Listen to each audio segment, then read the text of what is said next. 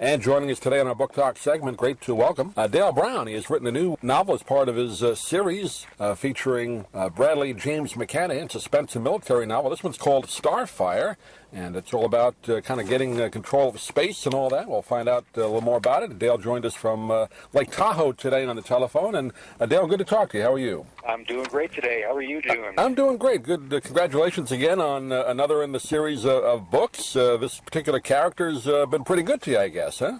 He's actually the son of the main character that I've used for many years. Bradley is Patrick McClanahan's son. Mm-hmm. Patrick, I've been using him for probably 20 of the 25 novels I've published over the years, and but now it's time for Bradley to take charge. His father's out of the picture, and Bradley's grown up and he's in college, and he's the exciting thing about doing these books now, since I've used Patrick for so many years, and now Bradley stepped up. So when I first wrote about Patrick, he was pretty much a fully formed character. So when I first started writing about him, he was the hero, and everybody knew and expected him to be the hero. Bradley is a little bit different. He's not going to follow in his father's footsteps. He's going to like aviation, but other than that, he's probably not going to be in the military. He's a developing character that I hope the readers will help me form over the years. It's exciting to work with him. He's his own guy. He's charting his own path, and it's been a lot of fun so far to have him as the main character. It is kind of unique when you think of it in a series of books where you have a recurring character. Now to move on to, in your case, a son or a daughter or a family member, that is kind of different. It's a nice new take on it. So far, I'm having a blast with it. I hope the readers like him, and I hope the readers participate in helping me design exactly what Bradley's going to be like over the years. Is he going to be tough? Is he going to be a quiet guy like his father is, or is he going to step out of the shadows and show everybody exactly what his expertise and what his vision about national security and his life in general is going to be like? And your books take from what's going on in the world. Obviously, you build a story around it, but you use a lot of actual places and circumstances, I guess, to kind of build your stories, right? Military-wise. Yeah, absolutely. That's what I really want. The service I want to provide for my readers. Tell a story. If you're watching TV or you pick up a newspaper and you read about some crisis somewhere in the world. I wrote about the South China Sea and China's rising dominance over areas in the Western Pacific and the South China Sea, and that book was a couple of years ago, back in 2012, and now that's all we read about. And I love the idea of readers reading about something or watching it on TV, and then they're able to go online or they're able to go to their favorite bookstore and pick up a novel about the very same subject or the very same technology that they might have seen something about. And I do the same thing with Starfire. This has to do with space technology and an arms race in space between the U.S. and Russia. But I also want to talk about the resurgence and the redomination of Russia. That I think the 90s are over. After the collapse of the Soviet Union, Russia sort of went down to third place status. But now in the 21st century, that's certainly not true. Russia is starting to reassert itself. We're seeing that happen in Ukraine. I think we're going to see it in several other nations there in Eastern Europe.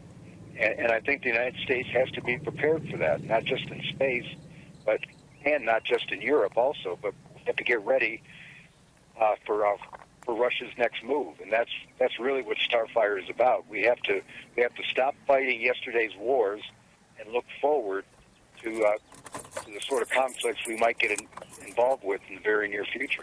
Yeah, I grew up in that era watching it as a kid on TV, the Apollo missions and all that, and it really started out as a military mission just to kind of beat the Russians to space back in the early 60s, and you kind of grew up with that as the underlying reason for it. Obviously, a lot of good things came out of the space race, but like you said, after Russia kind of, Soviet Union fell apart, they've been kind of dormant, but now it seems like they're coming back. I don't know if that's a good thing or a bad thing, but it's happening, right? Well, we have to get ready for it. I mean, whatever We don't really know what's going to happen, but we know that Russia's starting to invest in the military. They're building a lot of high-tech fighters and bombers. Plus, they're starting to do a lot of moves that they used to do back in the 40s and 50s. Exactly what we're seeing in Ukraine. They're threatening other nations, even NATO nations now, just like they did back in the 50s and 60s. And we have to get ready for it. We've been focused on the Middle East. We've been focused on Afghanistan, and for very good reasons. Dealing with terrorism, getting ready for a possible next 9/11 against the United States. But I mean, terrorism is a very serious problem. But it really can't. It can affect our lives, but it really can't threaten the existence of the United States of America. It can change the way we live our lives, but it can't destroy us. Russia, on the other hand, can. They have the technology and they have the weaponry to actually end the United States of America. And we've been really focused on the Middle East and about Al-Qaeda and terrorists. And we're also looking towards nations like North Korea and Iran. But Russia always has been and still is the major threat to the United States. And we have to start getting ready for it. We've stopped building weapon systems that everybody thinks has been a Cold War military. Now perhaps, as I talk about in Starfire, now we have to look in that direction again and focus on the real threat to the United States. Yeah, I always thought it was not only a shame, but a mistake when we stopped doing the Apollo missions and really stopped that whole space program. Now even the space shuttle is pretty much done, and a lot of people thought, well, it's a waste of money. A lot of great things came out of that, medical and even military and technology that we all use, but I think that could come back to hurt us, couldn't it, if we don't get the space program at least back to somewhat Absolutely. of what it was, don't you think? Absolutely, yeah. But our major mistake, I don't blame the U.S. government one bit for canceling the space shuttle program, because that system was getting very old and very tired. Right. If you see them now in museums, you're kind of horrified at how bad those things look. But that was the technology. Our mistake, though, was doing away with the shuttle before we had a replacement already in place. Now that's coming back to bite us. Now we're seeing the United States pay $50 million per astronaut one way to go to the International Space Station, and we're paying this money to Russia. It could be a force that we might have to deal with in Eastern Europe, but we're paying them all this money to go up to the International Space Station. And I really doubt if we charged anybody for taking a ride in the space shuttle to go to the International Space Station. So we're doing this because we're not prepared for manned space travel. We did away with the space shuttle before we had a replacement. Now we're paying for it in more ways than one. We have to stop doing that. We have to reinvest in areas like space, like a long-range attack aircraft, like the next generation bomber, and we have to start thinking forward and stop fighting the wars of the past. And unfortunately, we've invested too much money in weapon systems that won't benefit us if there is a fight in the Western Pacific, if there is a fight in the South China Sea. Right now, we're not prepared for it. And even if we decided today to do something about it, we won't be ready for it for the next 10 years. So we have to change our mindset. We have to start thinking forward, and that's really what Starfire is about.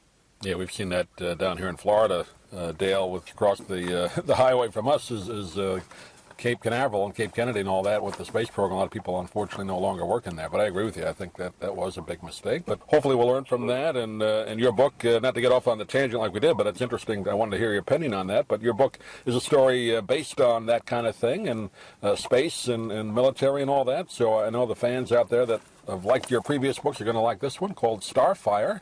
Give it a website, Dale. People can get a hold of you with the book. Absolutely. Megafortress.com is the website. My email address is in the book also, Dale@airbattleforce.com. And folks can reach me on Facebook and Twitter also, author Dale Brown. Great. You also work with computer games too, don't you? Or flight simulators? Do you work on that? Yeah. The first novel, Flight of the Old Dog, was made into a really, for the day, it was a really incredible flight simulator called Megafortress, and I've also the book, the novel Active War, was also made into a really excellent computer game. So I hope people look for those. Look for my books. They're out in audio. They're out in ebooks now. So I hope people enjoy them, and I hope you get a lot of feedback from readers, especially about characters like Bradley McClanahan. I want the readers to help me design what Bradley's going to look like in the next book, in the next 10 books, in the next 20 books. Oh, you say the next 25? Yeah, absolutely. I can't imagine retiring from this business. I'm having a great time. I live in Lake Tahoe. I'm raising a 17-year-old son, and I'm living life and loving it, loving every minute of it. And I can't imagine stopping doing this. I might slow down a little bit, but it's been one novel a year for the past 27 years. And I just want to mention again for the audience, I don't think I said at the beginning, you were in the Air Force, so you have first-hand experience, so that comes in handy as well. But Dale, pleasure to talk to you for a few minutes. Please keep in touch with us, and next book comes out, we'll have you on again. Thanks for joining us today. Great. That'd be terrific.